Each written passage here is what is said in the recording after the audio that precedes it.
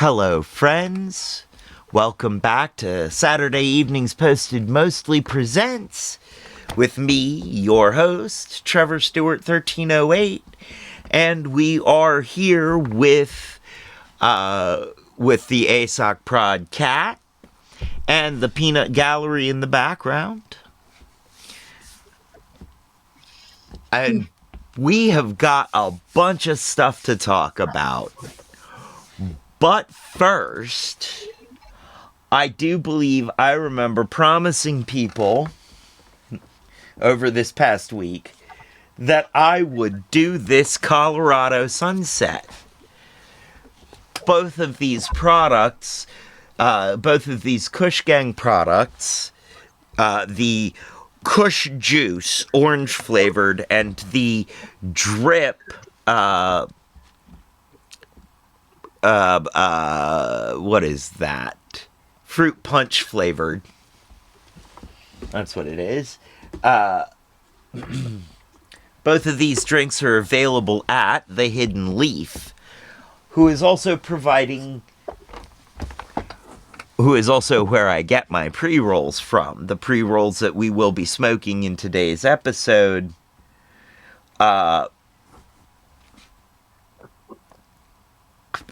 Peanut Gallery just sent me something and it derailed me. Sorry. Oh, that's okay. Yes, Kat, I do believe it is the wrong time of day for a sunset. However, for most people, this is a good night drink. Pre-rolls brought to you by The Hidden Leaf, downtown Charlottesville. On the downtown mall, 105 West Main Street, Suite 200, above the bricks between 10,000 Villages and Hamilton's. A great place to go with some great buds to get some great buds, eh, bud? And the only thing better than their bud is their customer service. They also have the lowest prices in town, according to my own personal research, which is, let's face it, highly, highly biased. But also one of the only places in town where you can get Kush Gang products such as the Kush Juice or the Drip. A local maker. The Kush Juice is 50 milligrams. And how we do this is we open it, take a small sip so that we have room for the entire bottle of Drip. Oh, that tastes good. It's kind of like an orange sports drink with a very tiny aftertaste of... Yeah.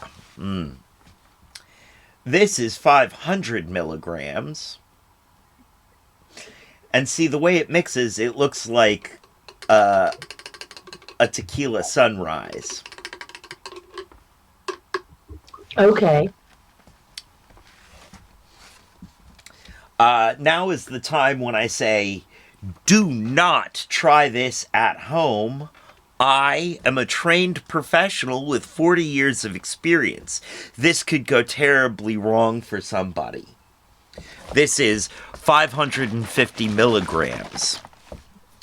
Don't try it at home.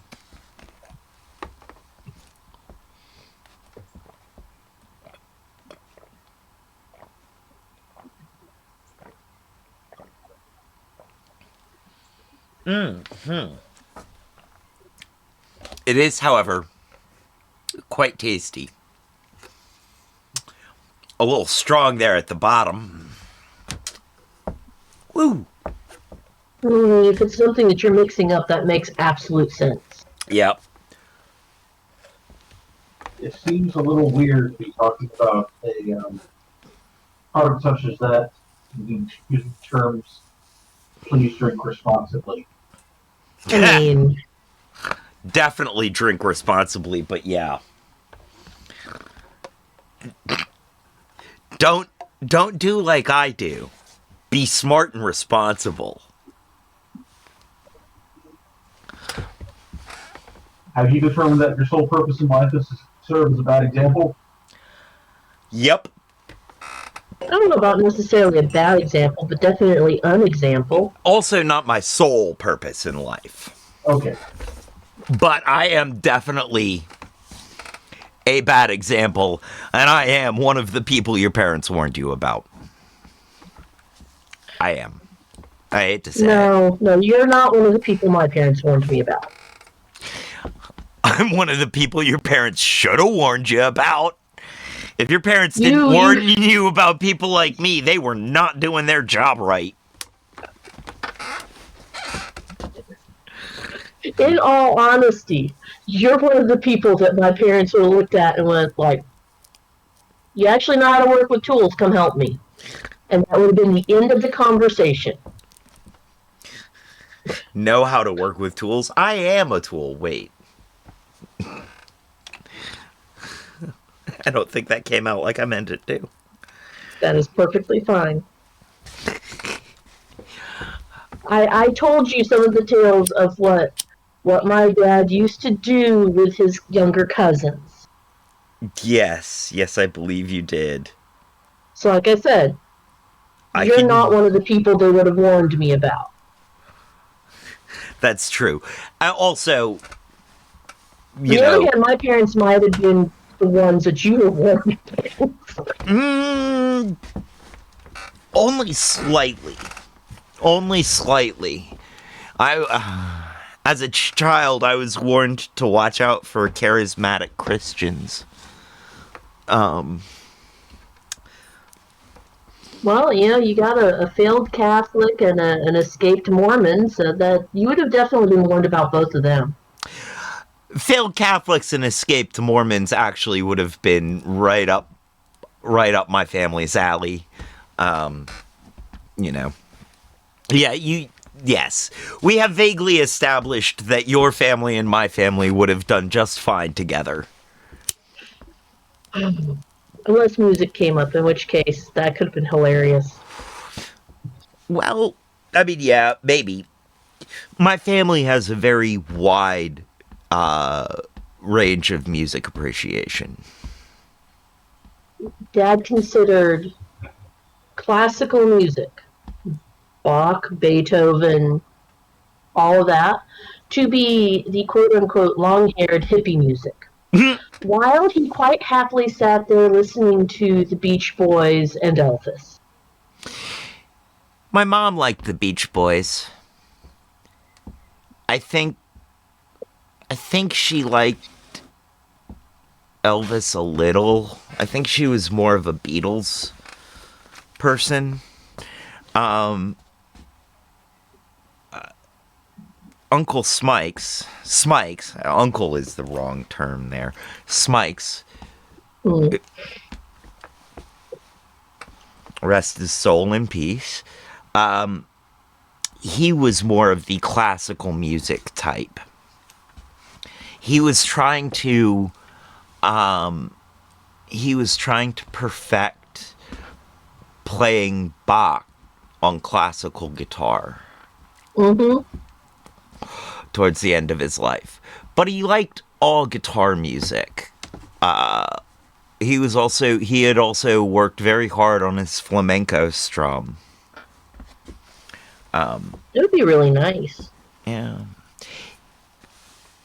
But meanwhile, I grew up with folk music from the 60s and 50s from Kingston Trio, classical music, and Carmina Burana.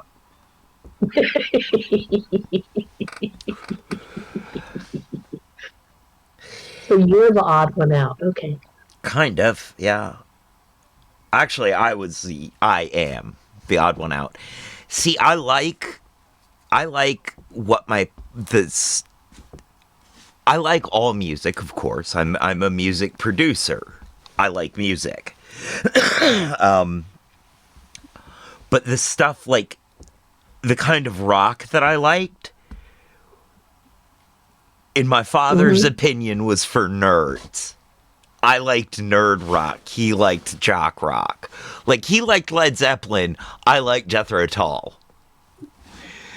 It was this really weird and uncomfortable split in our house Whereas my mom liked the Eagles. The Police. My mom liked the Police. She had a crush on Sting. I can't blame her. I mean, neither can I. I still have a crush on Sting. I don't blame you. Right? You wanted to get stoned? Not while I'm trying to drink, dear. We do not need tea all over the computer this early in the Right? morning. Right? So there were, when it came to that kind of stuff, it was there was a strange sort of rift in our house because it wasn't, sci-fi wasn't off the table. It was just my dad liked sort of more jock-like sci-fi, and I liked nerd sci-fi. I've spoken about this before. Like, my dad liked Star Wars. I liked Star Trek. It was, Yeah. Yeah. So that kind of bizarre split, went all the way through everything. Movies, music, books, everything.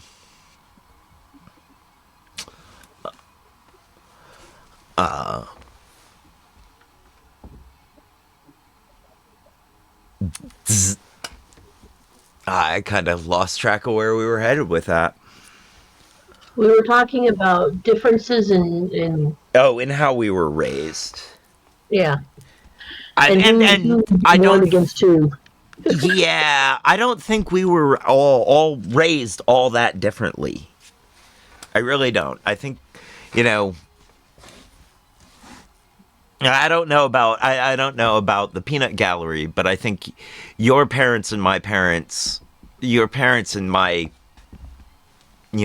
commune family had similar values. Which is why we were the people that you were warned to be careful of. And this you is the viewing audience at home. Yes.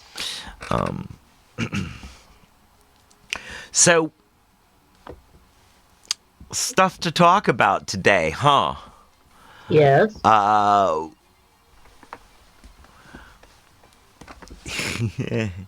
So first up on the list is the fact that the Onion purchased InfoWars. I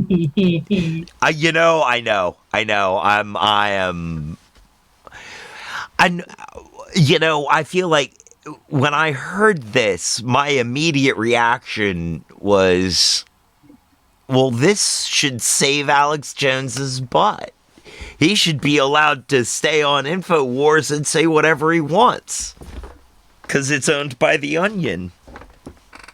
Oh, no. No, he is not happy about it. Also, it's not just owned by the Onion, it's also owned by Sandy Hook survivors. I think that's an organization. I think so. I'd have to look that up. But... And I don't think they're keeping Jones on. I think what they're doing is turning it into an absolute parody site, which is, I think, wonderful. I think that they're going to use the name InfoWars as it was meant to be used. Dun, dun, dun, dun, dun, dun, dun, dun. Unfortunately, I would have to say you are singing that incorrectly. I am singing that incorrectly? Yes, you are. Okay. I believe you. The correct version would be dum dum dum dum dum dum dum dum dum dum with an NB as opposed to an N.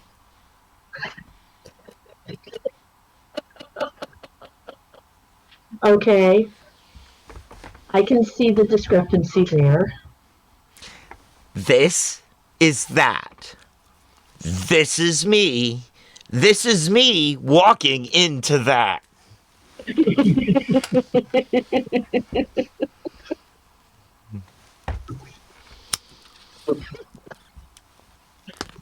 I mean, yes.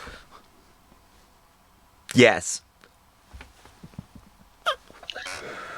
Oh, for the ad read, I also meant to say, don't forget to check their website for times and events. The website is thehiddenleafseville.com. That's thehiddenleafseville.com. Also, we are an opinionated show. We have opinions and ideas. They are a business. They do not have opinions. We endorse them. They do not necessarily endorse the opinions that we express. All opinions heard here on the show or here in the channel belong to us, the expressors of the opinion, and the Nickwork Entertainment and Nestor Industries. There we go. Also, I don't actually get paid to advertise for the Hidden Leaf. But this is out of choice so that my endorsement of their products carries more weight for you, the viewer. I like the Hidden Leaf, Sky Mall, and their associated products so much that I am willing to advertise, nay, want to advertise for them for free. Also, I believe their mission of creating a third space and a safe community is an admirable one. Mm-hmm. All right, there. Ad read's done now. Now. So,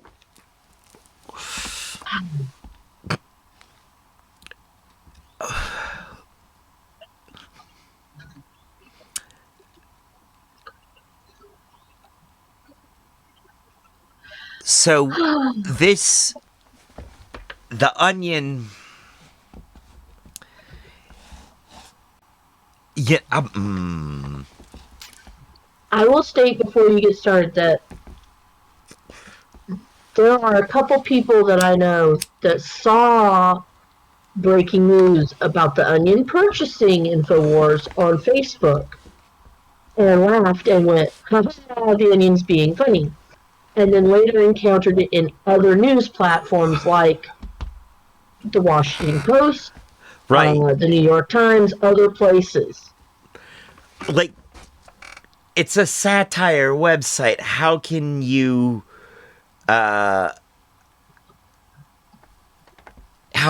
trust what they say, especially on Facebook? Like, you can't trust anything you read on Facebook.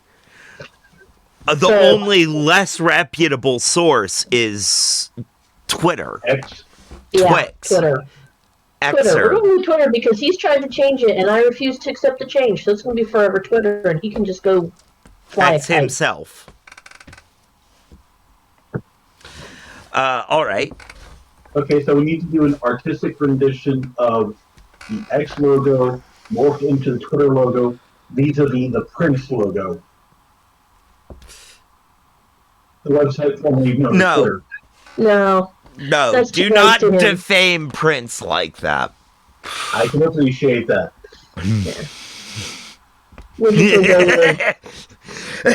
Prince, I hear Prince's ghost going, I don't want my fingerprints anywhere near that. And there go the Animaniacs in my head. Yeah. Okay, so this is from The Onion. Mm-hmm. Via our parent company, Global Tetrahedron CEO Bryce P. Tetraeder. Huh. Okay. Today we celebrate a new addition to the Global Tetrahedron LLC family of brands. And let me say, I really do see it as a family. Much like family members, our brands are abstract nodes of wealth, interchangeable assets for their patriarch to absorb and discard according to the opaque whims of the market. And just like family members, our brands regard one another with mutual suspicion and malice. All told, the decision to acquire InfoWars was an easy one for Global Tetrahedron Executive Board. Founded in 1999 on the heels of the Satanic Panic, and growing steadily ever since, InfoWars has distinguished itself as an invaluable tool for brainwashing and controlling the masses. With a shrewd mix of delusional paranoia and dubious anti-aging nutrition hacks, they strive to make life both scarier and longer for everyone. A commendable goal. They are a true unicorn, capable of simultaneously inspiring public support for billionaires and stoking outrage at an inept federal state that can assassinate JFK but can't even put a man on the moon. Through it all, InfoWars has shown an unswerving commitment to manufacturing anger and radicalizing the most vulnerable members of society, values that resonate deeply with all of us here at Global Tetrahedron. No price would be too high for such a cornucopia of malleable assets and minds. And yet, in a stroke of good fortune, a formidable special interest group has outwitted the hapless owner of InfoWars. A forgettable man with an already forgotten name. And forced him to sell it at a steep bargain, less than $1 trillion. Make no mistake. This is a coup for our company and a well-deserved victory for multinational elites the world over. What's next for InfoWars remains a live issue. The excess funds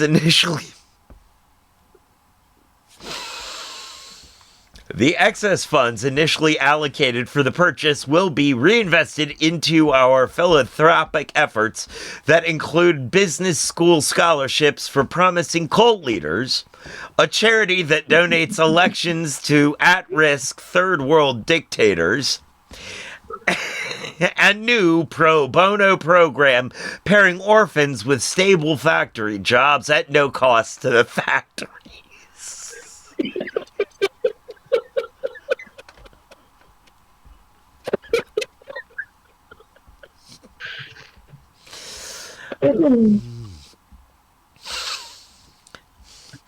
As for the vitamins and supplements, we are halting their sale immediately.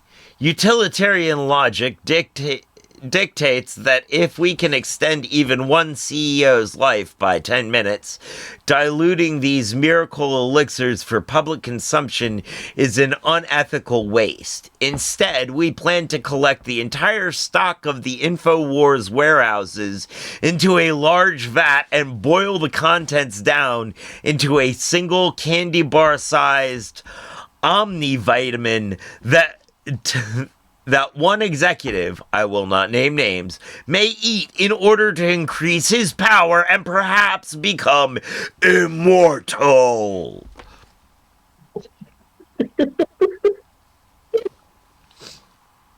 All will be revealed in due time. For now, let's enjoy this win and toast to the continued consolidation of power and capital. Infinite growth forever.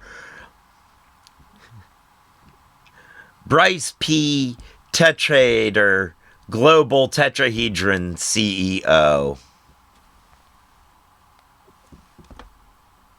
It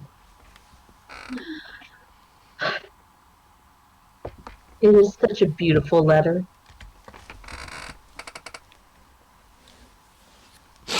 So, yeah,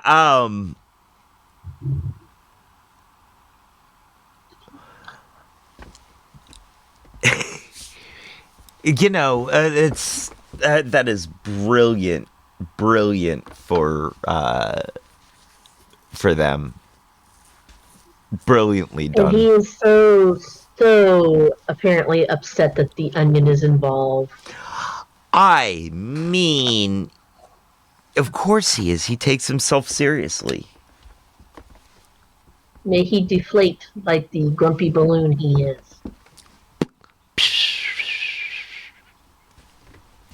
And I feel like I see his ego just sort of withering in front of us.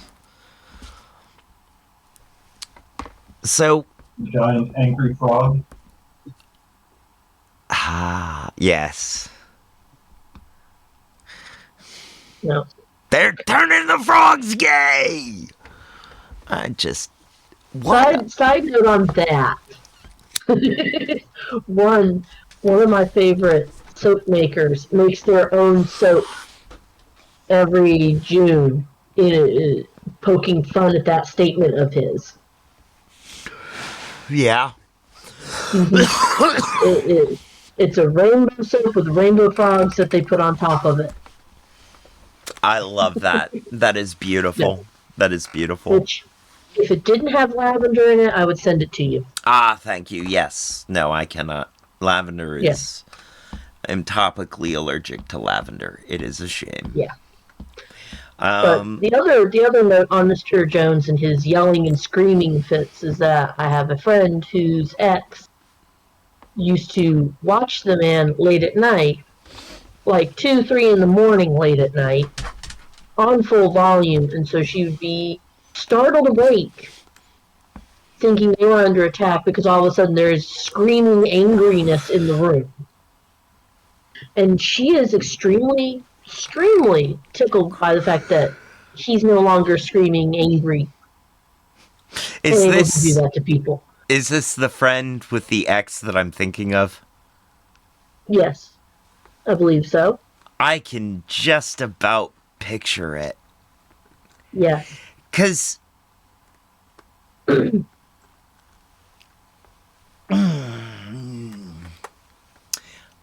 he ain't the brightest candle in the menorah.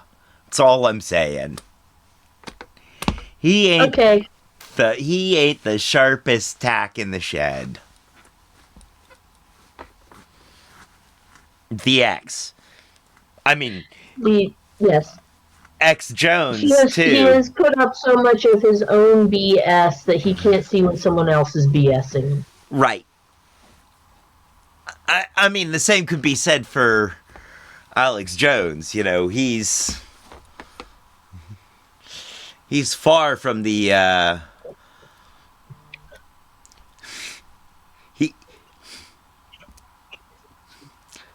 I would say he's not the brightest bulb in the garden, but I'd have to say that Yep. He doesn't even belong in the garden. It's compost. He's compost. No, he's a poisonous chemical. You don't even want in compost. Fair. I missed that. What? He's a poisonous chemical. You don't even want in compost. Okay. Yeah. So, now that we've sort of taken that macro view of what's going on in the world, you know, our last episode, we were talking about getting a more, you know, granular and local view of politics around here. To sort of get some idea of how we can be involved, how we can hold the local politicians to account. The kind of stuff that we need to be doing at the local level, paying attention to at the local level, to fortify our systems against disruptions like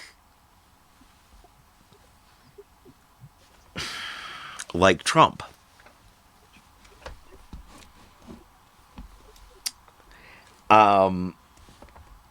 And we were, we were talking about looking into who our local politicians are, why the down ticket and off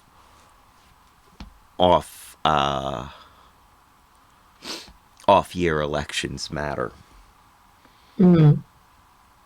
So I've started looking around in our area. Oh, I don't know. You weren't here on Tuesday, so Right. you guys weren't here for the for watching the Deja Sade videos about how to vote smarter. And I want to put it up on YouTube. Mm-hmm. But the fact that we barely paused her videos to talk during them makes me wonder if I'm safe to do that under fair use. Have you reached out to her? Vaguely. I don't know exactly how to reach out to her, so I have just sort of kept it on the back burner until I can figure out how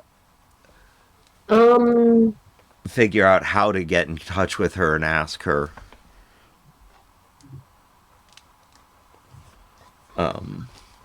But in any case, we can circle back to this in a little bit. Our takeaway, the notes that I got, right, were sort of be aware of your voting values, the values that you want your elected officials to have. And I have written down sense of humor, equity, commonwealth, and welfare. And that's sort of, those are the values that I value.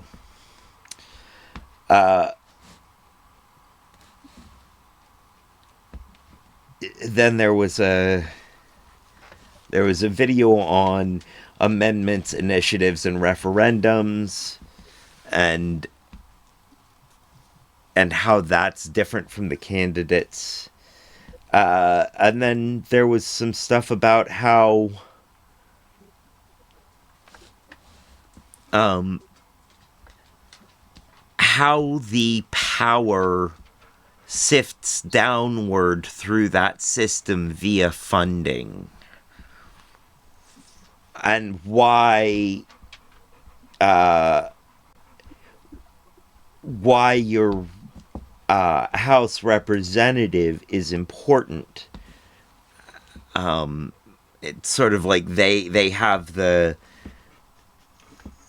got the key to the treasury, so to speak, and it's through House funding bills that the power moves down to the state and local level.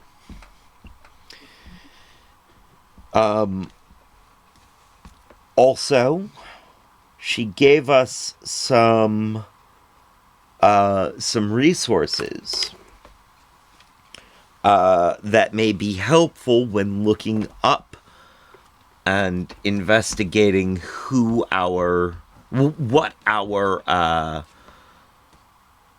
elected officials stand for. She mentioned votesmart.com, opensecrets.org, and Ballotpedia. So those are the I guess the systems through which we run the names of our elected representatives.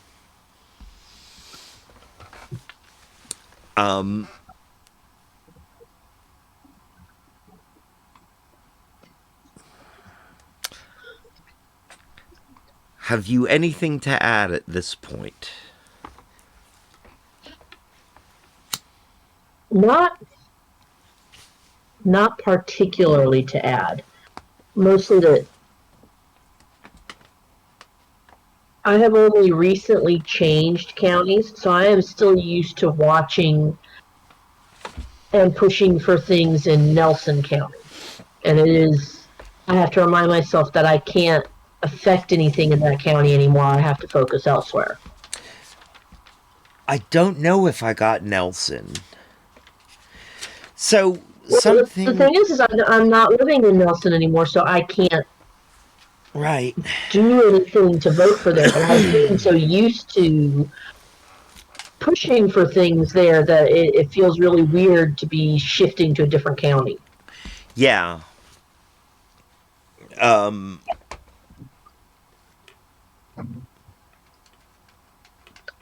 and I will say though, I still keep Tabs on Nelson. interest. And I get asked, why are you doing this? Because my people are still there, and I want to know what's going on. I mean, that's fair too. I sort of like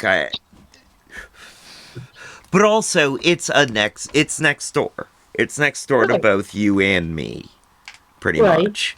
So like, just keeping your eyes on it isn't a bad idea.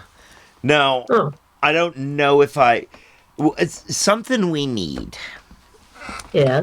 Is we need a map of the political districts, which means we might need several maps. Which the voting thing comes in handy, the votevirginia.org or whatever it is, because it provides you with the maps of the districts. All right. There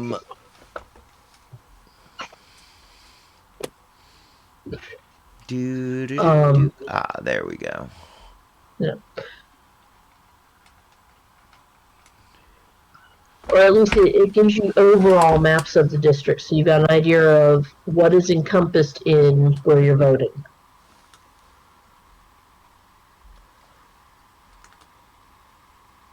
Okay. And I'm kind of a really, like I mentioned last week, I'm really appreciative that if you're there, and I guess whatever state you're in, they've got a similar site, I would hope. But it gives you, there's a PDF you can pull up that shows you all of the elections that are supposed to be coming up in the next 2 or 3 years, what areas are going to be voting for what. Okay. That's not what I meant to hit. All right, here's what we're about to do. Mm-hmm. We're gonna pull that up. Now, we are looking at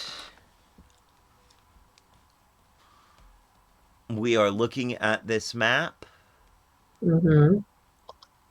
These are counties. Mm-hmm.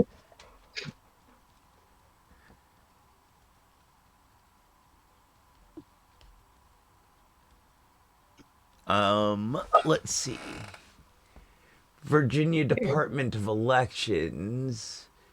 Yep, that's where I was getting all of the PDFs and stuff from last week. Okay. Upcoming elections.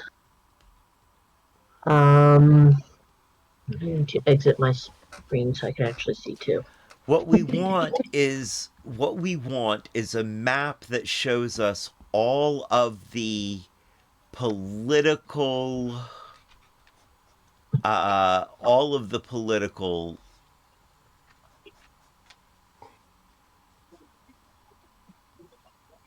okay, all of the political districts.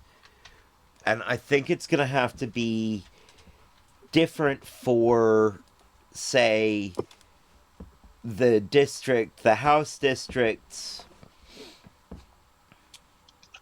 the Virginia House districts, and the state House districts. And I think the state Senate and state delegates have different districts as well.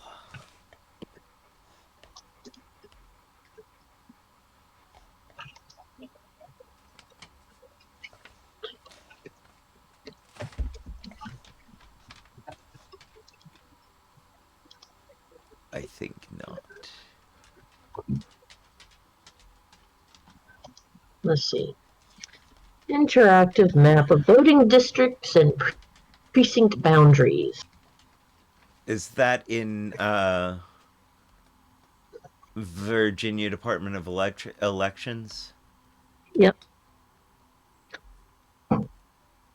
Let's see. Click anywhere. Dialog box shows districts and precincts. Zoom in and out. Zoom in and out. Show and hide layers. Great. Okay, so I can hide layers. All right.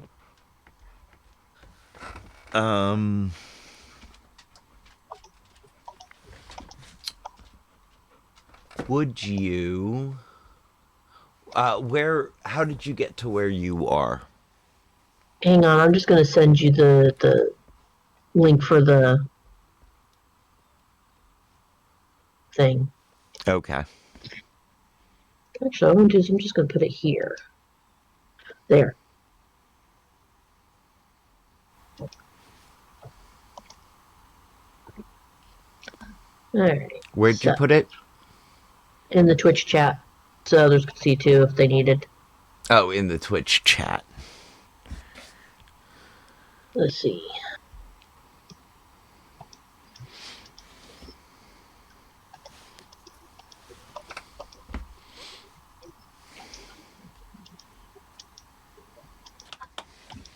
All right, interactive map. Yep.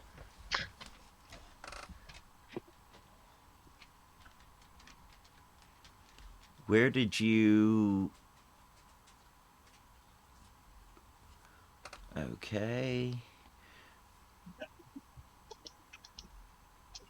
Where did you find the show layers? If you go to the top left corner,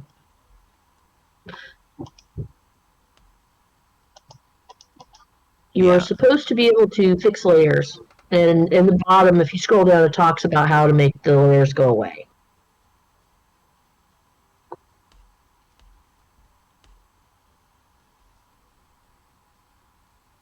So you have to zoom in to see some of the additional layers. Okay, currently that's county top left corner. Mm-hmm.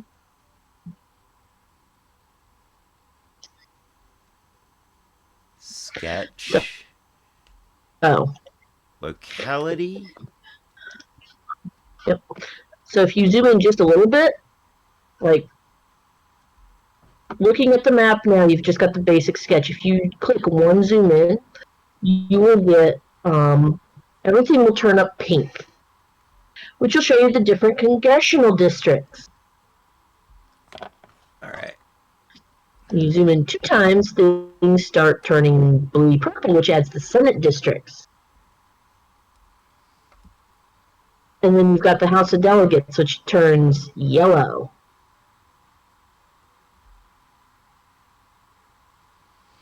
Okay. See? So they've got it available. And you can move around the map and see things.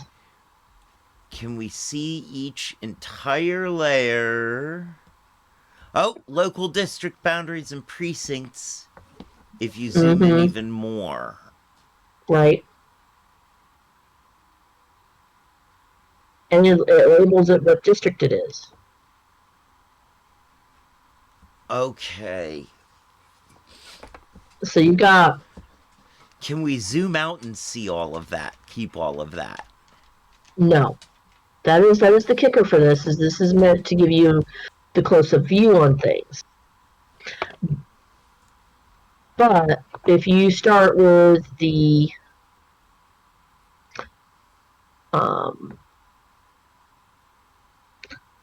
let's see.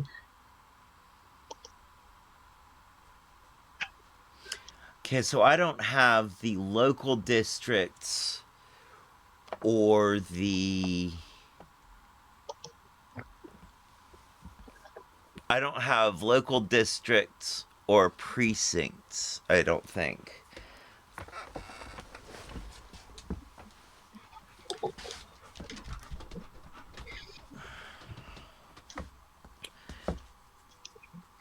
I think the best you're going to do for things is to have it so everything is outlined in blue.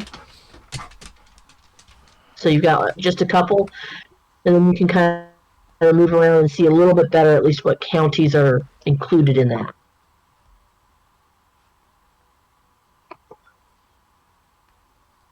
But you start with your congressional district at least, and that gives you a pretty decent idea for where each one is, because Alright, most everybody knows. Oops, that's not what I meant to do.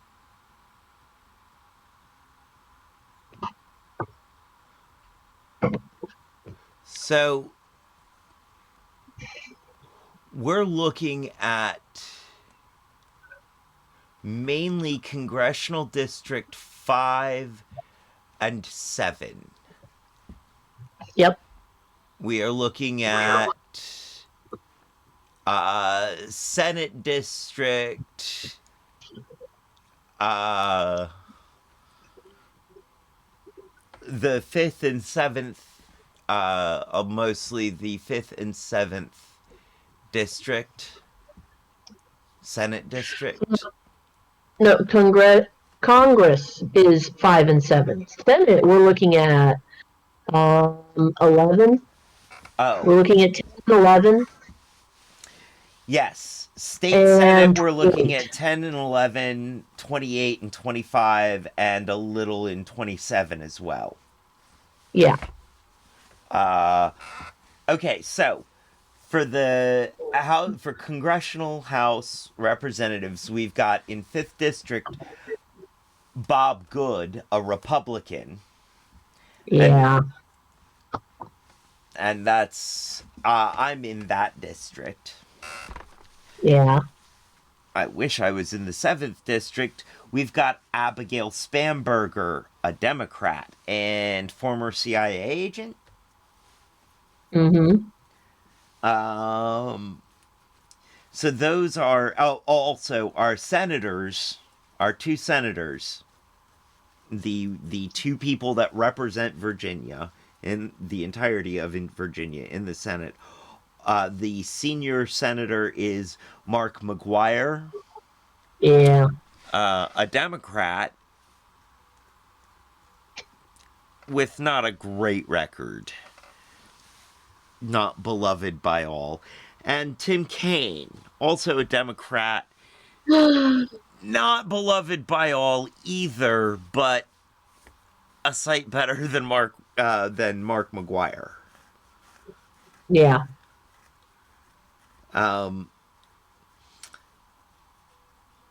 Bob Good, I don't know much about other than he isn't. Yeah. He isn't. Bob Good is not. As I told the one poll person that called and actually managed to have me answer. In general, if I have heard of these people that much, that means that whatever I've heard is bad, and I'm going to vote for the other person. Right.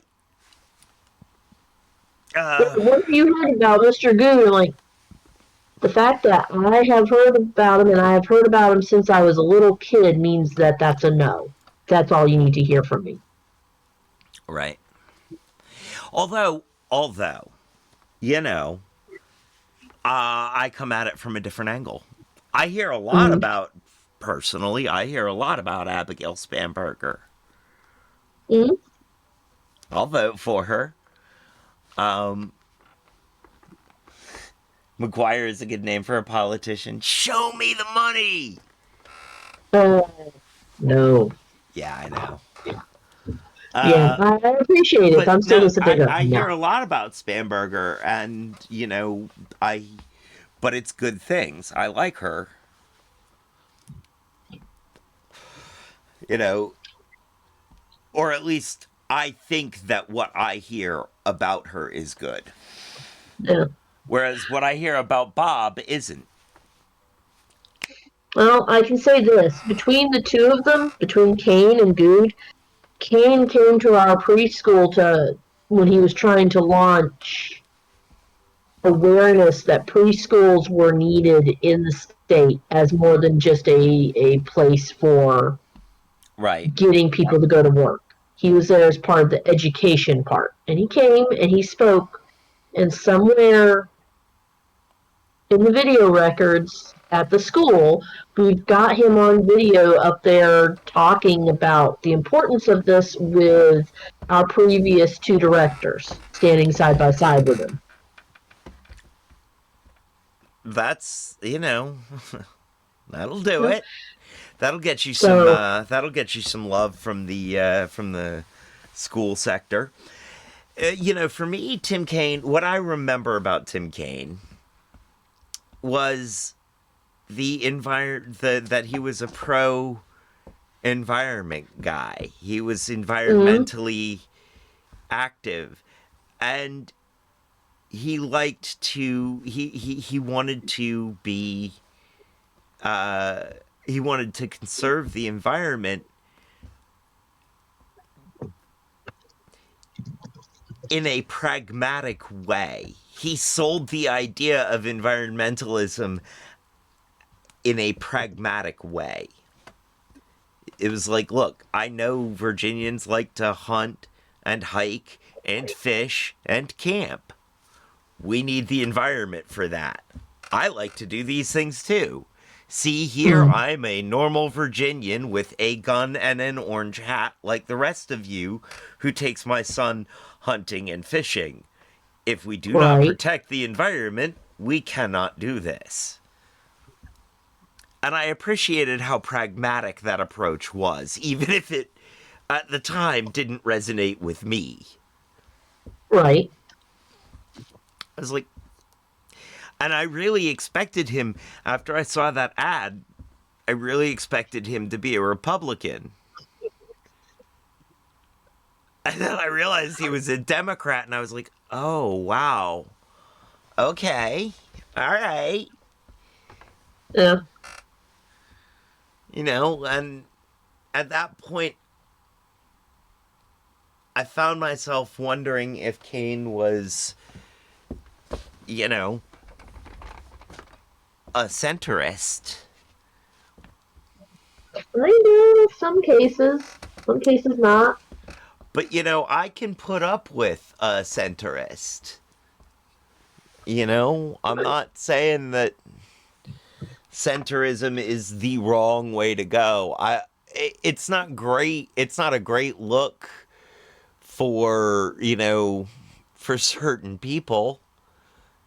But it's Centrism, better than being all the way over right, on that one side that wants right, to add us to the lava pits. right, exactly. So, all right. Well, shall we pull up opensecrets.org, or votesmart.com and run Bob Good's name through and see what happens? Oh, yes, by all means.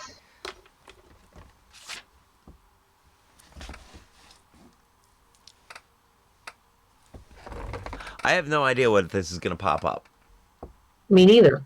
but okay, we're just going to open a new tab here.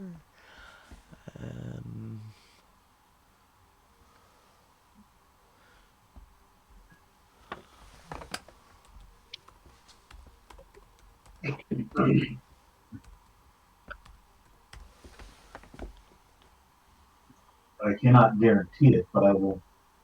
But I'm fairly well convinced that what we find there will be better than what we would find if we were looking up regularly.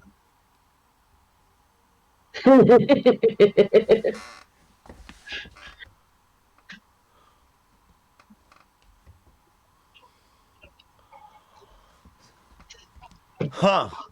This is neat. Yeah.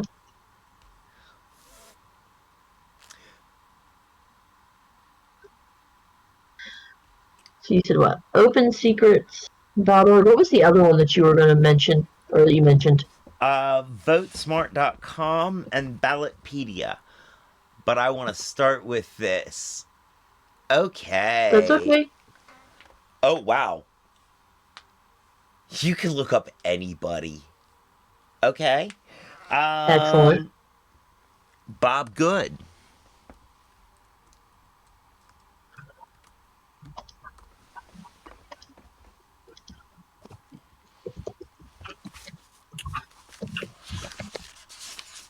Oh,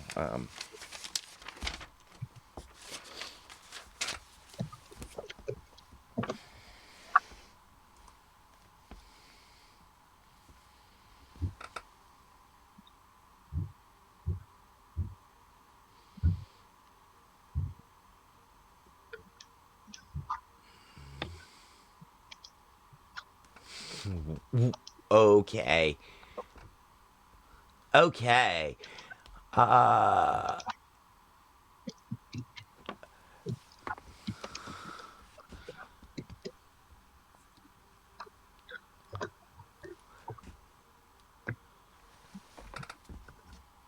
Campaign finance summary.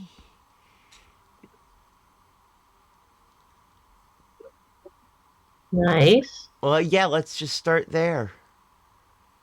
Yeah. See what happens. Okay, showing data for 2024 election cycle campaign committee only.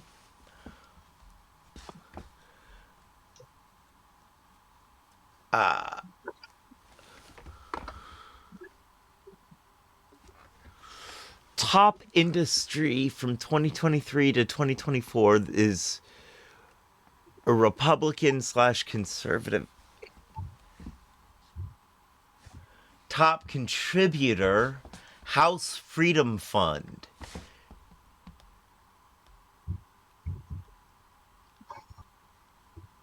Hmm.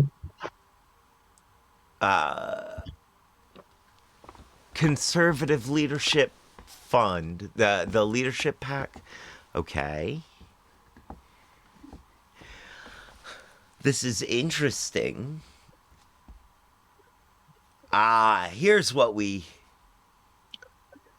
Salisbury Industries. Who's that? Mm-hmm. Who's the 406 PAC?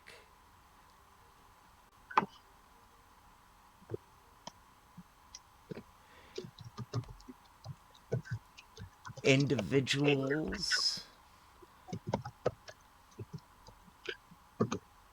Club for Growth. Interesting.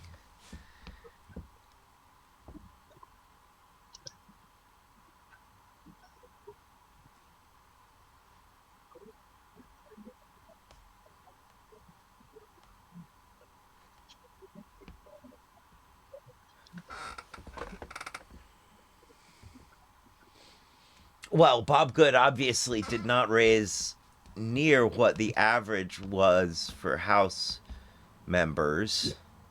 Mm-hmm. Looks like it was mostly large individual contributions, which would be, I guess, over $200. Mm-hmm.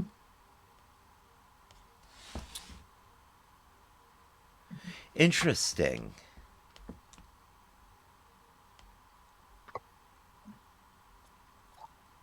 Okay. Hmm.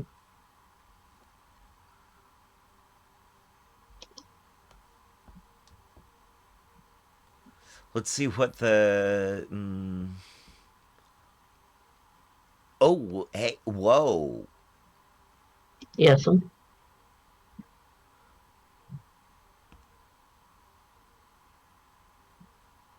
Oh, okay. I Is don't that one know of the if paid? it's get police and arrest records, public criminal records. I don't think. I Nope, don't that's think. something where you have to pay to get that. Yeah.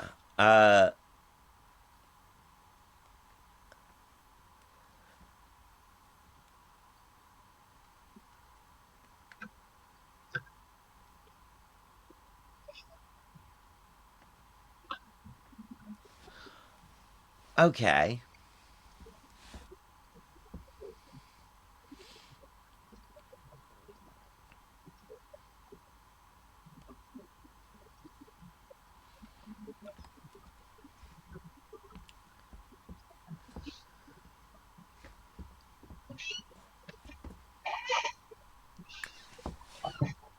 Interesting. Outside groups spend millions to oust Freedom Caucus chair Bob Good. Oh, he's the Freedom Caucus chair. I didn't realize that. Hmm. Okay, so the Freedom Caucus is one of those like uh Things. they're one of the obstructionist caucuses, far right obstructionist caucuses. Um okay. So he's one of those far right obstructionists. Well, that's interesting.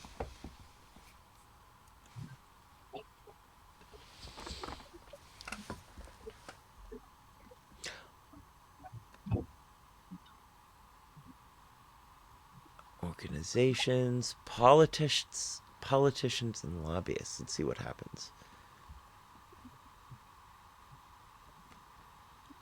Bob Goodlatte. Oh yeah, I remember him. Yeah. I mean, remember is a Mm-hmm.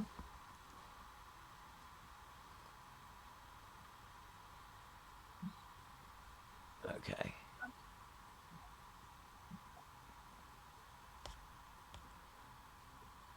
Okay, this brings us back to this. Right. Okay. So that's a site worth exploring Well, all on its own. Some.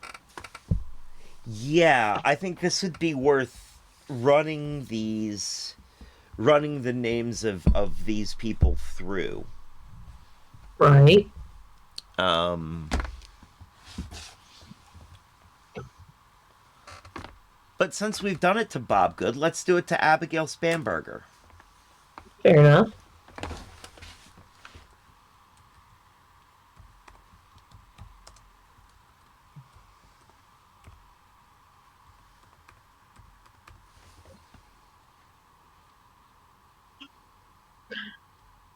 You know, in this day and age of how we treat information technology and stuff, I feel very bad for her last name. Yeah.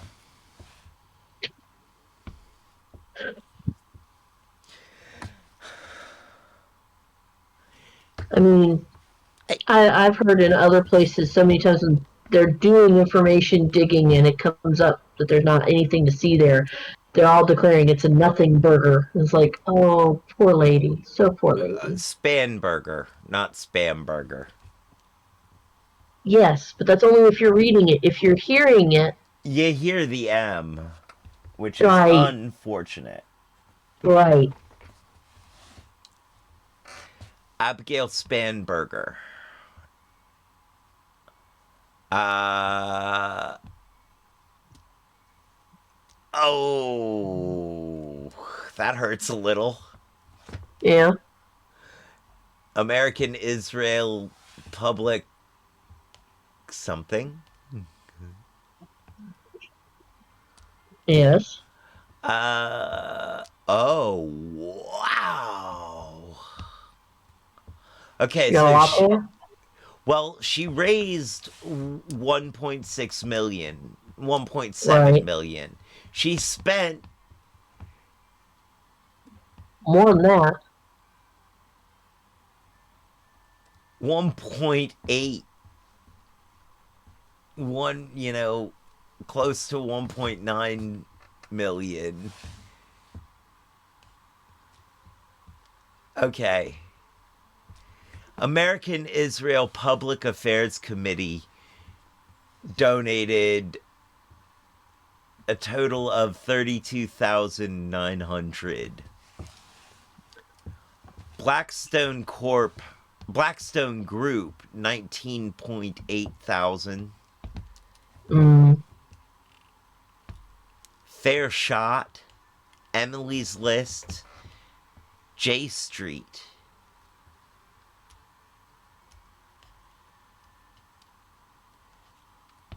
And she raised well above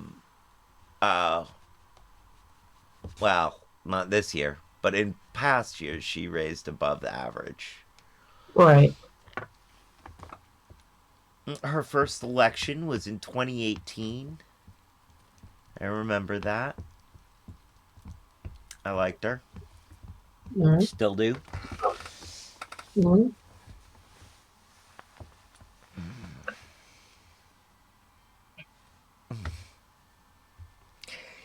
I hate when I have that itch in the back. Yeah.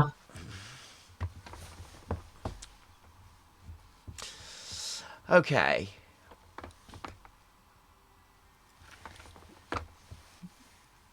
So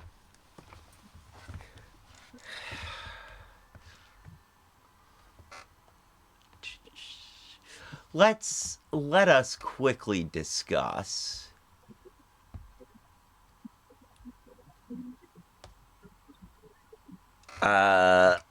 oops. Oops. I hit a button. Uh-huh. Let's quickly look into our state senate, the state senate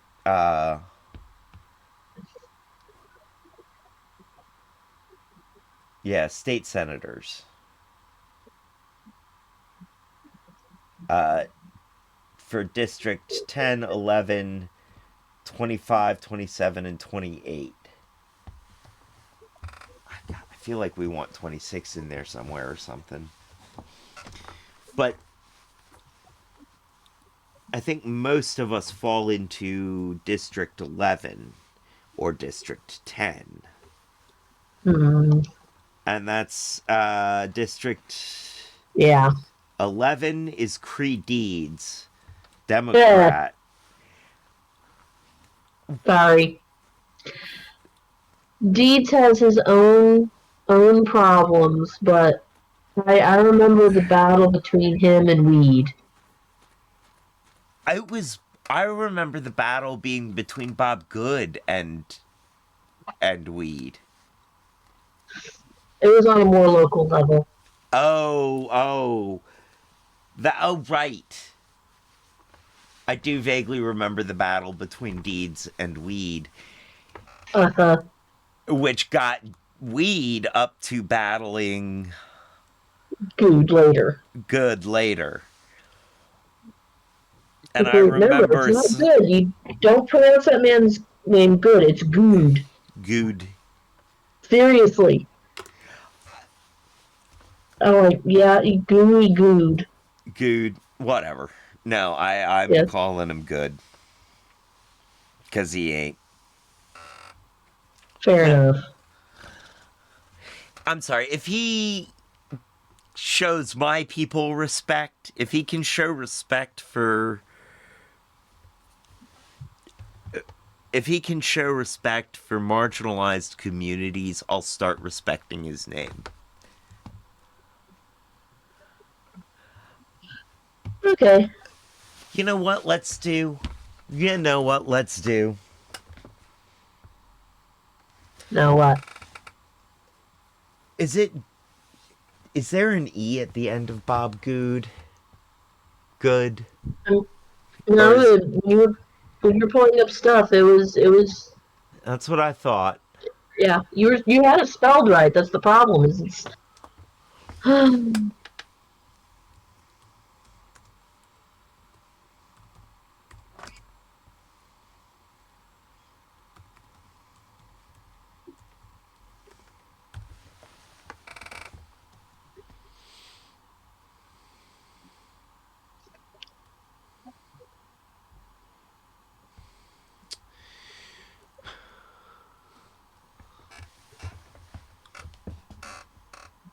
This is Bob Good.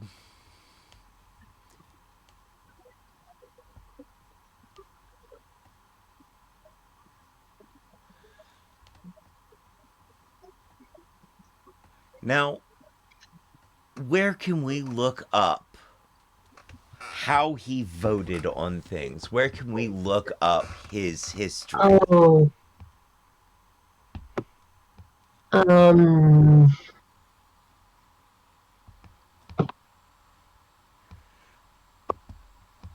Good served as a member of Board of Supervisors in Campbell County, Virginia for 3 years. He also worked, oh God, at Liberty University. Oh, that explains so much. doesn't it? And for City. Uh, Supported the removal of Kevin McCarthy. Endorsed Ron DeSantis. That's That says a lot about the fella, doesn't it? I mean Primary challenge from from state senator John McGuire, who was endorsed by Donald Trump. And John McGuire is John McGuire is currently serving in District 10 Senate. State Senate. let's see. Ballotpedia has got his key votes. It's got everything, but it's got how he voted on key things in the last couple years. Okay. Let's see, what's this?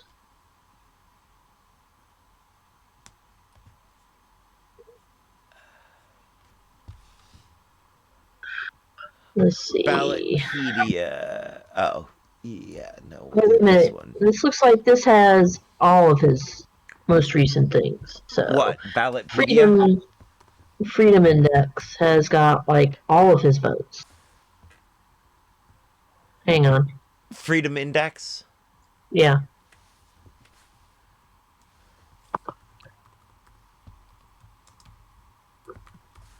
Yeah, his hometown is Lynchburg.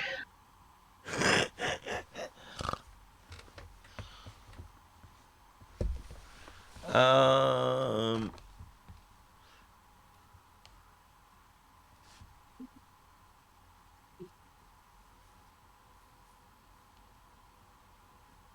There. Freedom Index. I put a link in the Twitch chat. Okay.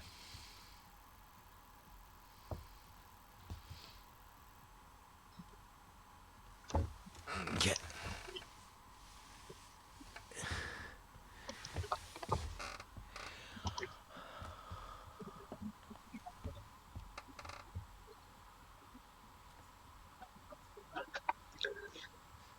Jeez, that is, that looks like a mugshot. Yeah. It looks like a drunk driving and possession of cocaine mugshot. No, Molly. Because you see how wide the pupils are? Yep. Yep, yep, Yep. yep, yep. That little smirk. He's definitely high on Molly.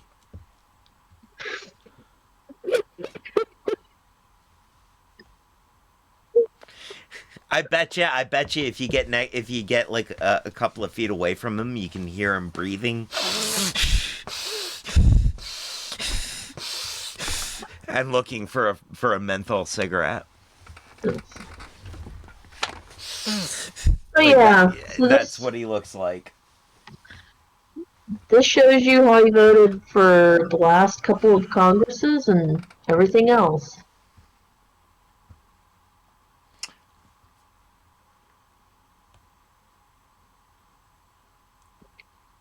Federal police grants. Yep. Federal funding of local police departments and county sheriffs comes with strings.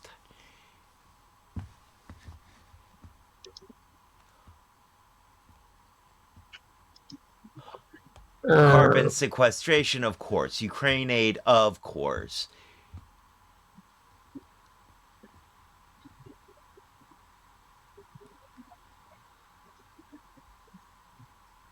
Well, he voted no on both of those. Right. Yeah, no, of course he did. Yeah.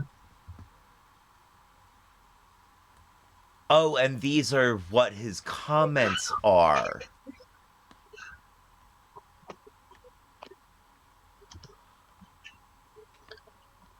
Oh my goodness. Defunding OSHA? Yep. Last year, that's what he voted to do. This literally just a couple days over a year ago, he voted to defund OSHA.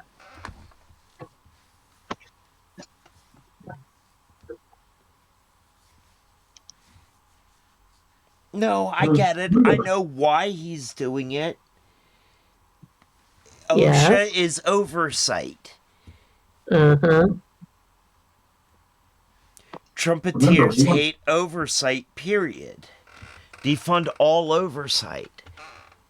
Now, he voted for it, but it has not actually made it any further than that initial thing. Nothing's happened. But, yeah. Plus the build tracker. It lets you figure out where you are in a particular process. What were you going to say? IRS firearms and ammunition. Oh, I'm sorry. Go ahead, Peanut Gallery. Remember, they want to take it back to a time in America where factories produced good American goods, which involved the blood, sweat, and body parts of minor labor. Yeah. Yeah.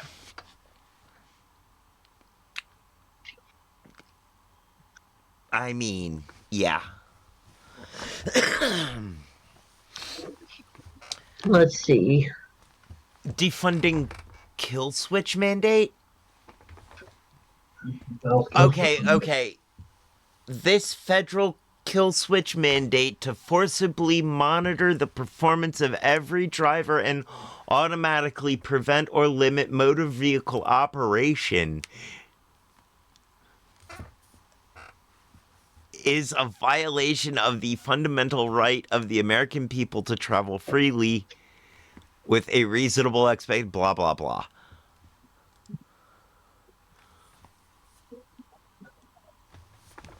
So, but the kill switch mandate was that cars would have a kill switch built in so that they could be stopped. Infrastructure Investment and Jobs Act, which required all new passenger motor vehicles equipped with advanced drunk and impaired driving prevention technology. The House rejected the amendment in a vote 201 to 229.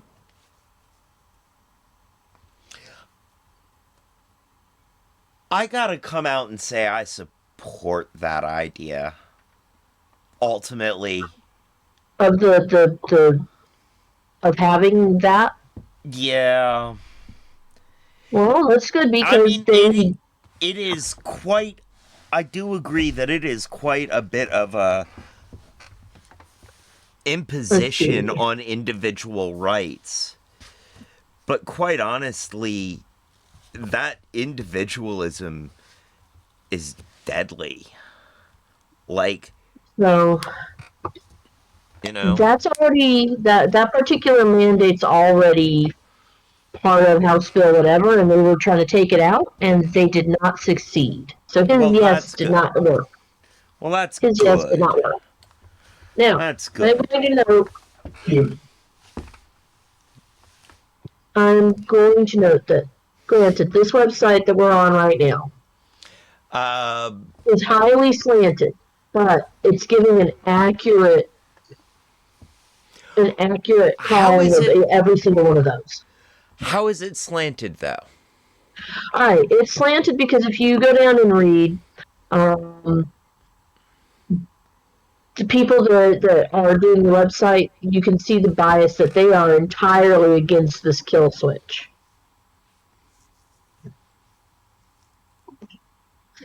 Um, we have assigned pluses to the yays because this federal mandate to forcibly monitor the performance is a violation of the fundamental right. So if you were to print out the scorecard, their scorecard would show much higher for good versus I someone that also voted just against this. read this. The New American. The New American magazine, published twice a month in print and daily online, is the essential news source for freedom loving Americans.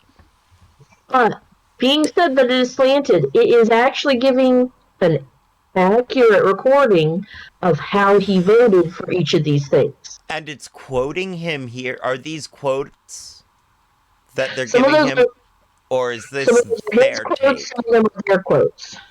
Okay.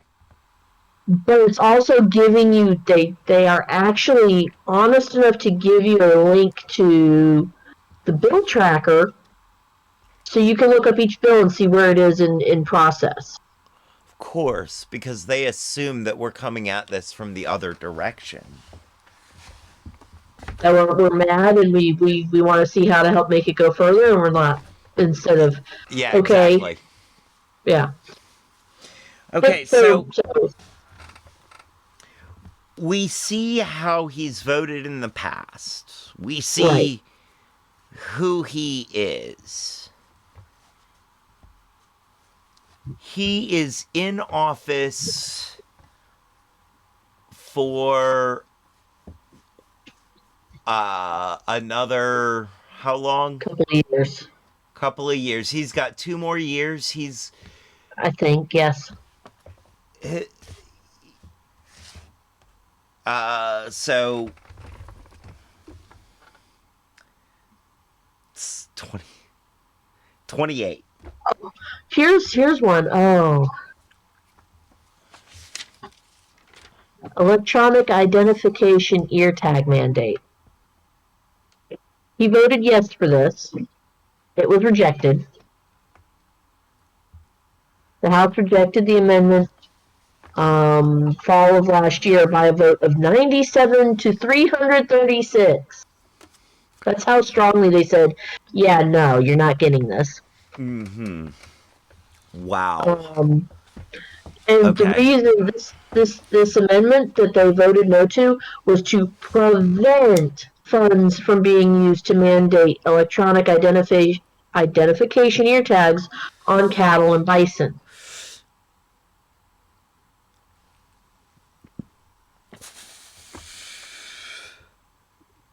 Now, if it was to pay more people to go tag the bison, because we know what a beautiful job that would be. Right. I can see asking for more money to go pay these people to go bison tipping at government expense. I No, could. no, no, no. Mm, It's not bison tipping. It's bison launching. Because you get there and the bison launches you. All right, fair enough. Fair enough. It is bison launching, but still. But he voted against. He's one of those that voted for this bill to not give money to tag cattle and He bison. he doesn't want. I believe he probably doesn't want to spend money on anything other Oh, than military. Although I don't know. He wants. Okay. so yeah.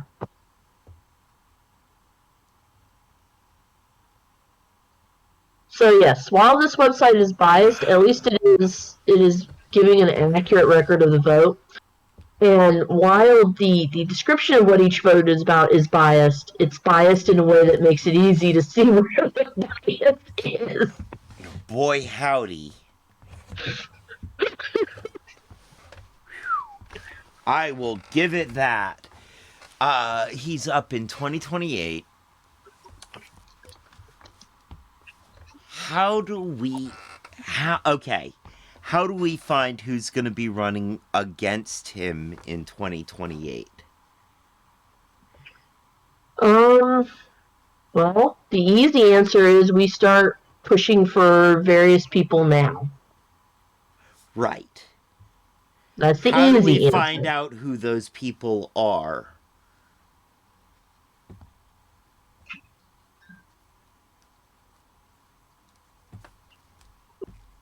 Let's see.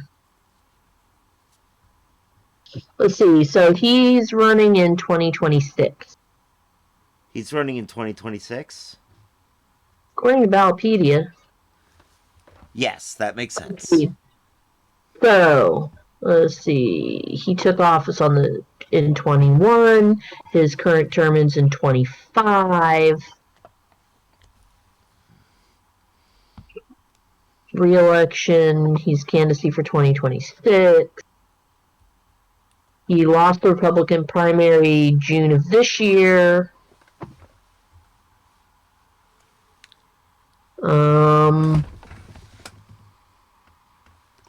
Let's see. His predecessor was Riggleman. That makes sense. All right. Yes, his next election is actually 26, not 28. Right. 28 would have been 4 years. 26 is 2. Okay. So Okay.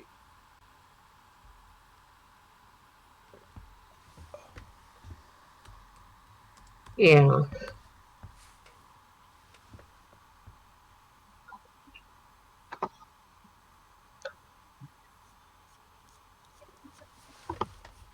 Okay, here we go.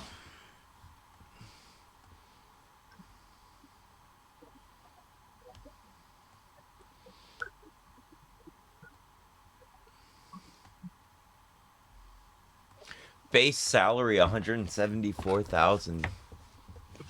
Right. Cheese and crackers. Poor destitute politicians. What was that? I said those poor destitute politicians. Right?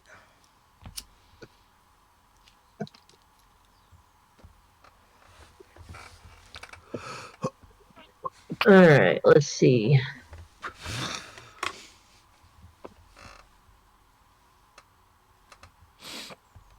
How can they possibly be expected to get by with a mere 5 times the minimum wage? Right. It, it makes no sense.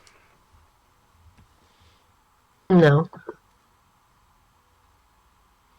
Let's see. McGuire won the primary.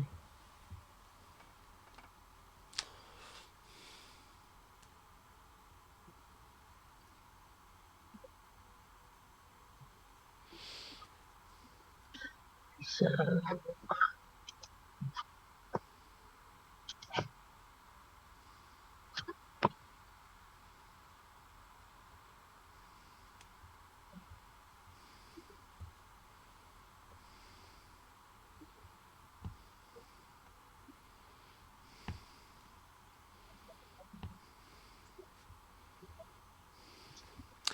he lost the primary. Does that mean that he's going out in 25? I think so. But is declared his candidacy for the 26 election? Basically. But his current term ends on January 3rd, 2025. Okay. Let's see.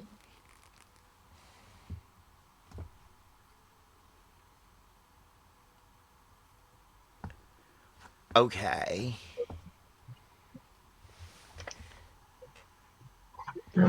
What in the fubble duck is going on with this? This I makes don't know. no sense to me. Welcome to U.S. politics. We're No, getting no, no, no. This is... Yeah. Good all was right. late to submit the necessary paperwork to appear on the general election ballot. His campaign submitted the paperwork after the deadline on June 9th, 2020. On July 7th, 2020, the Virginia Department of Elections decided that Good, along with 7 other candidates, should be granted the extension and submit. All right. So when he goes out next year, Yeah. McGuire is taking over his spot. This is John McGuire, is currently in Virginia State Senate District 10. I guess he won. John McGuire won for 5th district.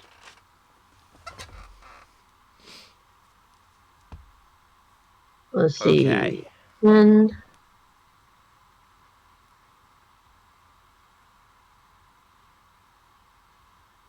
let's see. We have Mayor of Scottsville, Bellhaven, Farmville.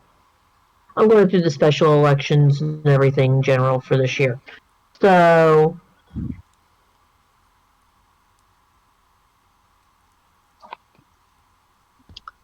bother. I want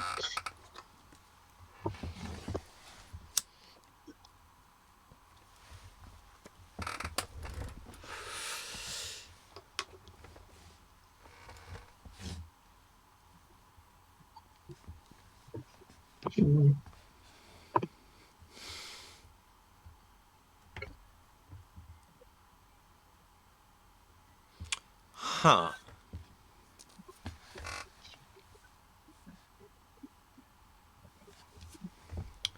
So, friends, thank you for sticking with us while we work out the bugs of yeah things. how we're going to be looking at our victims. I mean, politicians.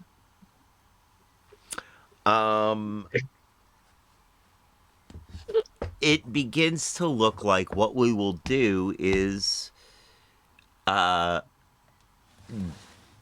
take an episode and dedicate an episode into looking into each person that we want to look into.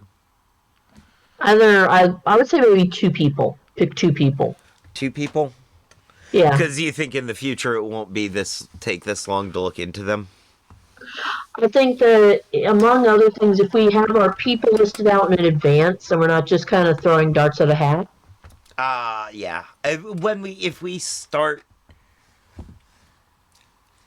we do our research off stream and come in and present what we have, Or even just have, if we've got the 2 names, we can already have the tabs pulled up and ready to go. Right. And read them as is there. So it's less research and just, making sure we have the correct tabs open in advance and we're not hunting for them. Right. But right now we're also working out where to look for things. Yeah. And we're coming up with questions. My big question is how do we see who the up and coming. How do we find out who the up and coming politicians are? Let's see. In September. Let's see what the September report says. Okay. September report? Where are you looking at I'm that? I'm news. ABC 13. They review was good. ABC 13? So I'm kind of yeah. WSET. Uh, Uh, let's Link see. me? I will hang on.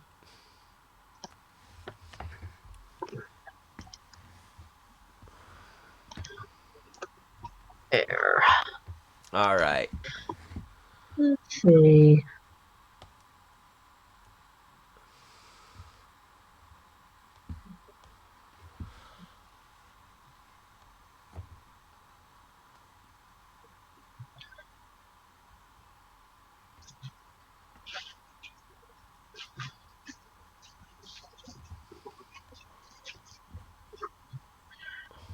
He's kind of very bitter, apparently, about losing to McGuire and not having Trump's support for his seat.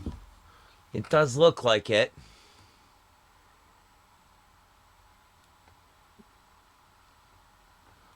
Good describes his own truth this way. Like me or don't like me, agree or disagree, I've done what I believe is right. I've done what I think is right for the country versus what is best for me politically. Oh boy, does that sound like. Uh-huh. Boy, does that sound like Molly talk. Alright, so Oh, homie.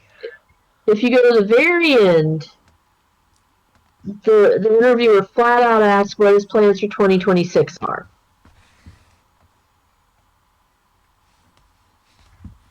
He says, I don't have any plans to run for anything, but I'm not closing the door on anything. Oh, man. Yeah, I see that. He says, and when flat out asked by the interviewer, he says, well, I can speculate. You can speculate on things like, I don't want. The interviewer says, I don't want to speculate. I want to hear from you. And his response is, I'm not going to get into any particulars, but we've had a lot of folks encourage us to run for different things, to run again for my seat or run for something else. So, looking at who McGuire ran against, we could have Gloria Witt again in 2026. Gloria Ritt? Yeah. Give me a spelling on that. ITT. Witt. Okay. Because it was a relatively close race. It was 58 to 42. She'd be running as a Republican? No, she'd be running as a Democrat. As a Democrat? Republicans, rubbing for the primary, you would probably have Good against McGuire again in 26. Is anybody. Well, will anybody be running against Gloria Ritt? Do we think? Are there any other possibilities out there? Also, the Peanut Gallery texted me. It seems the only things that Good wants money spent on are to support poor, mistreated corporations and fund the destitute politicians. Mm-hmm.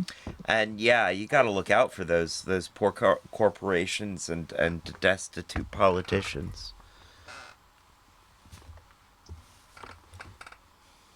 Let's see. How did you find Gloria Ritt's name? Here.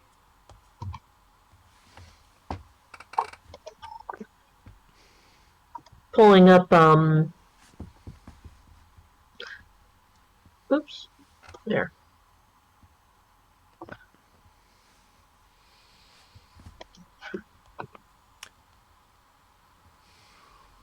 basically pulling up the current election and seeing who actually won the seat. And who was running against them in the general election and not specifically the primary. Okay. So in the primary for Democrats, it looks like she's going to be kind of your main person, because the others that she was running against in the primary really didn't do so well. Gary Terry and Paul Riley. Yeah.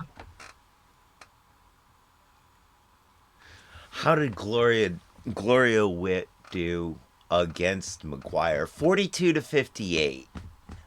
It was pretty close. Not as close as McGuire against Good. That was really close. Yeah.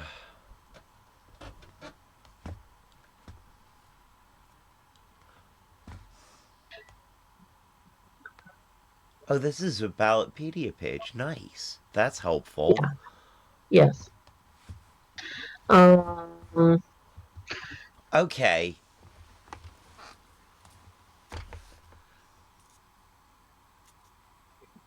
So, okay. Gary Terry and Paul Riley. Keep an eye on them. Keep them in the background. Keep an eye on Gloria Witt. Yeah. Put an asterisk by her name. And then I just like saying Gary Terry.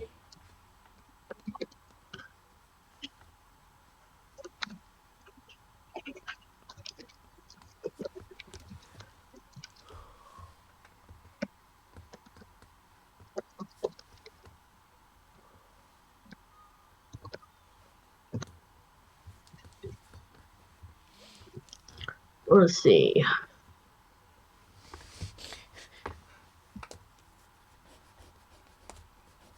All right, so now on Ballotpedia, if you type in Virginia's 5th Congressional District for 26, the only person they have listed as running in that particular primary is Good. Currently, he's the only one running in 26. Right. No one else has specifically said whether they're going on, whether they're going to try. So that's something that there's nobody there yet. So you've got a chance to get somebody in now.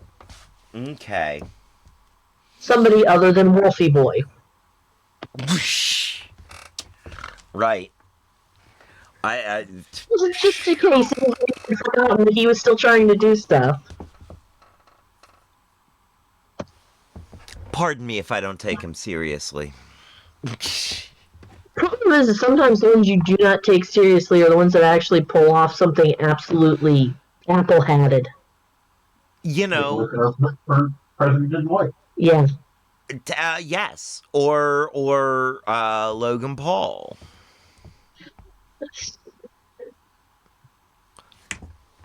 I can't believe that Logan Paul won by decision. By decision. Which means, I feel like it means that Mike Tyson made the decision not to kill him. It feels like the decision that was made there. I cannot believe that. I didn't see any of it. I haven't seen any of it. Have you seen any of the footage, the press conference thing that they did beforehand? You know, where the two fighters stand up there and they're doing the "these are your fighters" type thing. No. You know what I'm talking about, where you usually have yeah. The weigh-in. Right. Logan Paul crawled up on the stage like he was imitating a gorilla.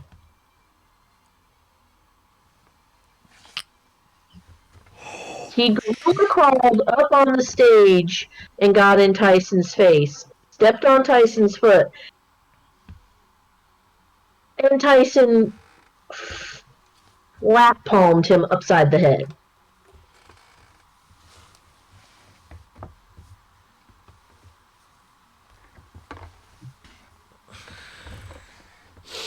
Wow, man. Wow, Logan Paul.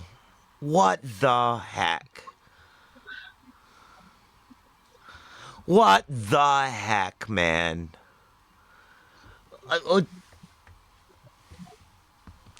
It just takes.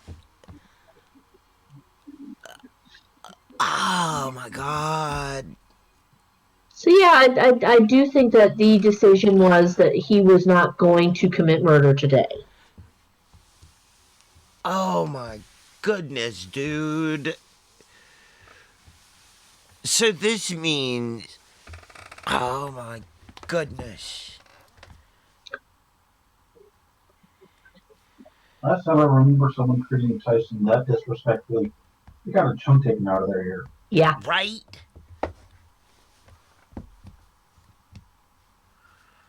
And that was someone who you could actually respect beforehand.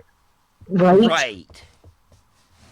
No, I mean, I'm not saying that Logan Paul is a small guy. He's bigger than Tyson.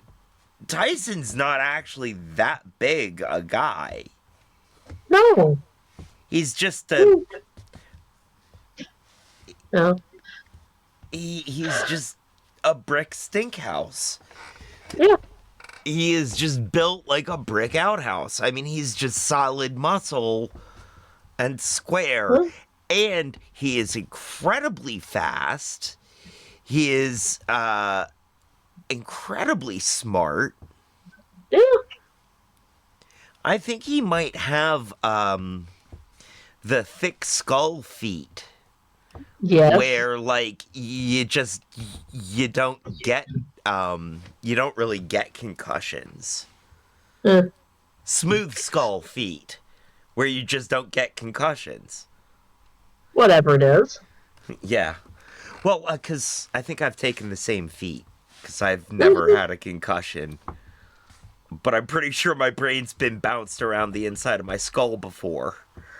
Probably. Definitely. So, Yeah, so it means that the inside of my skull is smooth, not stippled. Oh. to make a wonderful comparison, the smooth skull feat as opposed to the opponent having the smooth brain feat. Right. Right. Yeah. Exactly. Exactly. Very stippled skull leads to a very smooth brain. Very smooth skull leads to a very wrinkly brain. Mm-hmm. Gotta rub up against something. There is just an insane level of intelligence to Mike Tyson. I would not want to debate him. No. And not because I would worry that he would destroy me physically. I actually think the man might be smarter than me. Which makes me question why he chose to do this Netflix fight. How much money you got? And I what mean, he doesn't. You know, he is cashing out. I mean, depending on how he structured the deal or how the deal got structured. I know that part of it was that he had to go all 8 rounds, which apparently he did. Oh yeah. So, Which is probably why Logan Paul won by decision, is because Mike Tyson couldn't just like knock him out in the first like round or two. Because I've watched Mike Tyson do that. One of his shortest fights ever, I think, It was one of his early fights, and it was on regular old cable. Mm-hmm. And childhood me, just having TV and being into combat sports, managed to tune in just in time to watch the start of this match between this unknown and this relatively rising star. And the unknown put the rising star on his butt in like 3 punches. Just walked into him, punched him, hit the ground. Dude just kind of stayed there. And You were fortunate enough to catch the beginning and the end all within 5 minutes. Right. And it was Mike Tyson's. It was one of Mike Tyson's first. And it was like, oh, okay. This guy is something. Yeah. And I remember the media trying to paint him as not very intelligent. Yeah. They've tried that for a long time, but... And he played along. Yes. And I think, part of why he took this fight is because he's been screwed out of his cut of the money for a good portion of his career.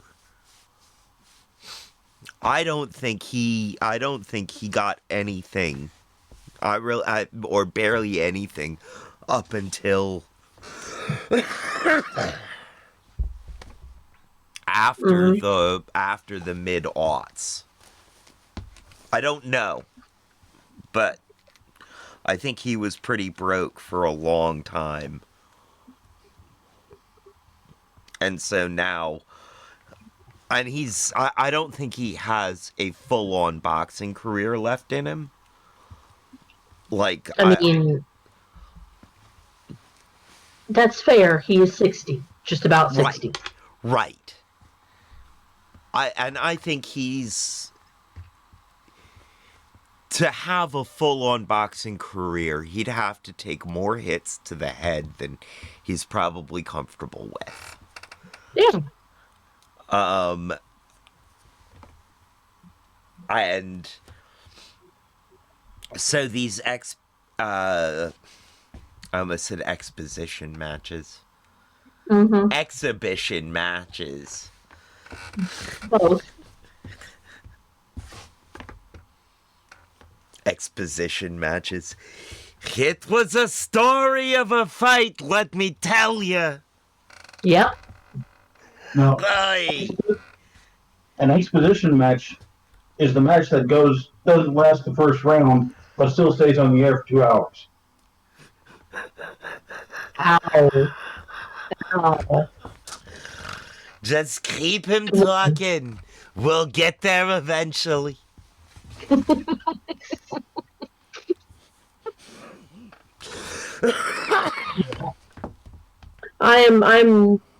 Yeah. So I think that's why he agreed to the match. And I think it makes sense. The part of it that, the reason he lost is because it had to go all 8 rounds.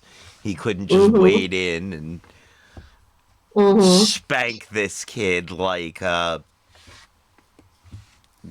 child in need of someone saying no.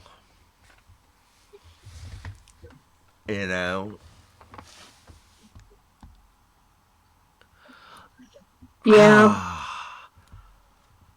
I think that is really interesting.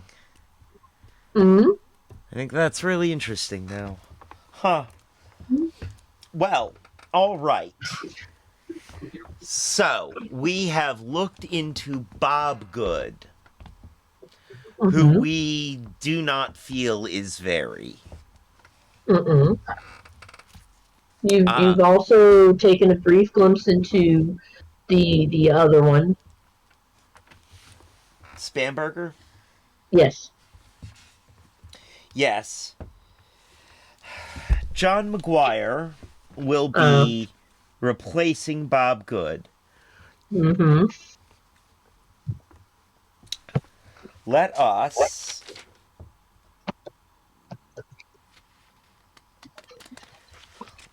let's look into John McGuire next week.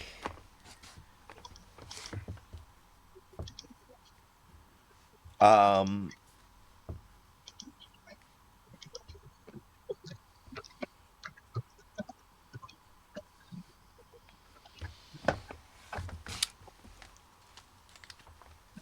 and because he's leaving District 10, let's see if we can find out who's coming into 10. That's fair.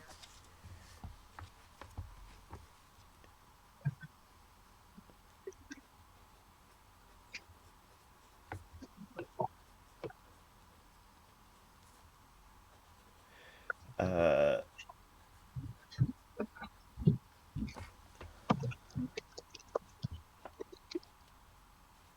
And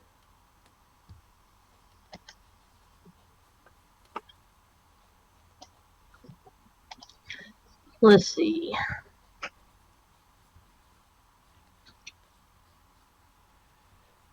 So the one that is coming into 10 that got elected this year is Suhas Subramaniam. get a spelling on that?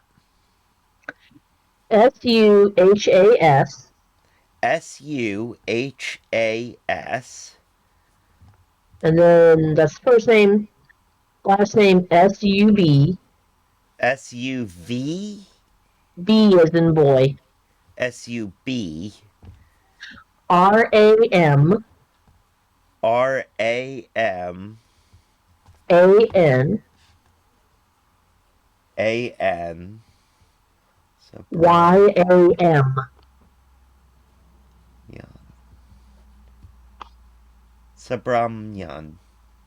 Subramanian. Mm-hmm.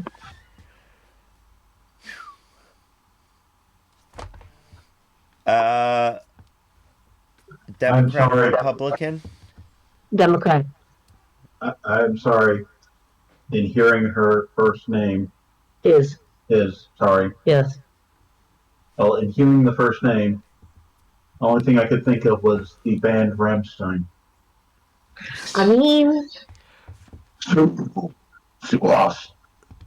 You know, if you you're really not, want to mix metaphors, sure.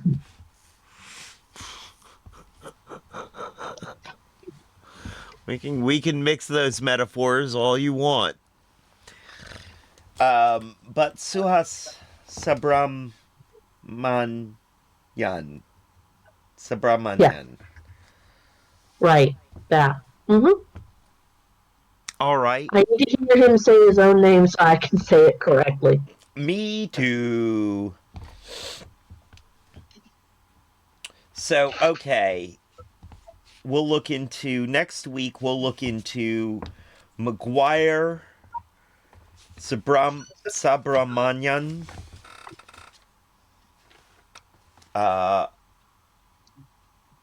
and Gloria Rett. Mm-hmm.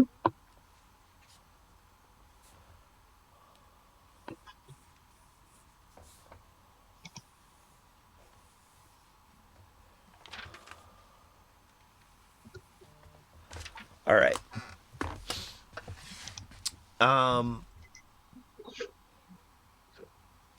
Well, friends, this looks like this is the direction we are going. Oh, we're an ad break. Now, yes. Yes, we are.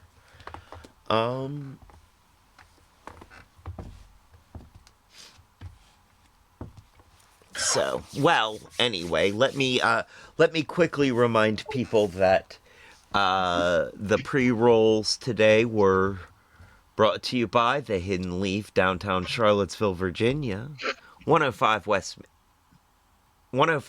Main Street, Suite 200, above the bricks, between 10,000 villages and Hamiltons. I almost said 10,000 maniacs. I mean, not quite accurate, but I Great imagine if there's band. 10,000 villages, there has to be a maniac in each one. Great band. 10,000 Woo! maniacs. Yes, between 10,000 villages and Hamilton's. A great place to go to get some great buds. A bud. And the only thing better than their bud is their customer service. Lowest prices in town, according to my own highly, highly biased research. Check website for times and events. The website is thehiddenleafseville.com. That's thehiddenleafseville.com. And disclaimer, we endorse them. They do not necessarily endorse us. All opinions heard here on this show belong to us and us alone. Right. Correct. Unless, of course, someone else has expressed their opinion and we are just totally hijacking and stealing it for our own purposes. In which case, it was their opinion first, but we're stealing it. Right. Or in case we happen to extremely disagree with someone's opinion and have brought them on to showcase that opinion that we disagree with so greatly that we have to say, hey, see this opinion? We don't like it. This is also a possibility, yes. Something that we have done did. We have done did. But we did agree that we didn't like the other opinion first before we brought them in to show that we disagreed with them. Yes. Yes, we did. And now that we've made this absolutely convoluted as possible. That's the name of our game. I wish to apologize for the joke I made about the name. I did not mean to cause any offense. It's really just what popped in my head first. I get that. I get that. I get that. And it is a careful line to tread, bro. But, it was not meant with any malice. I am aware that it was just meant because of the earworm. It's what just pops into your mind. And I understand that. Hopefully, if the incoming senator has never ever had anyone make that comparison before, they'll get a chance to hear this and be like, it's cute, I sound like a German band and not my actual name. That's awesome. Yeah. I mean, we can hope. We could also hope that maybe we get an interview with, Someone. Yeah. I believe we might be able to. I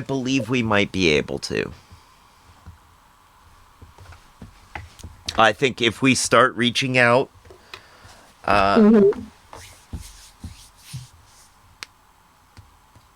yeah. That's dangerous ground. People might start thinking that you're actually a news show. I will make it as clear as possible that we are comedy. Yes. Tragically so.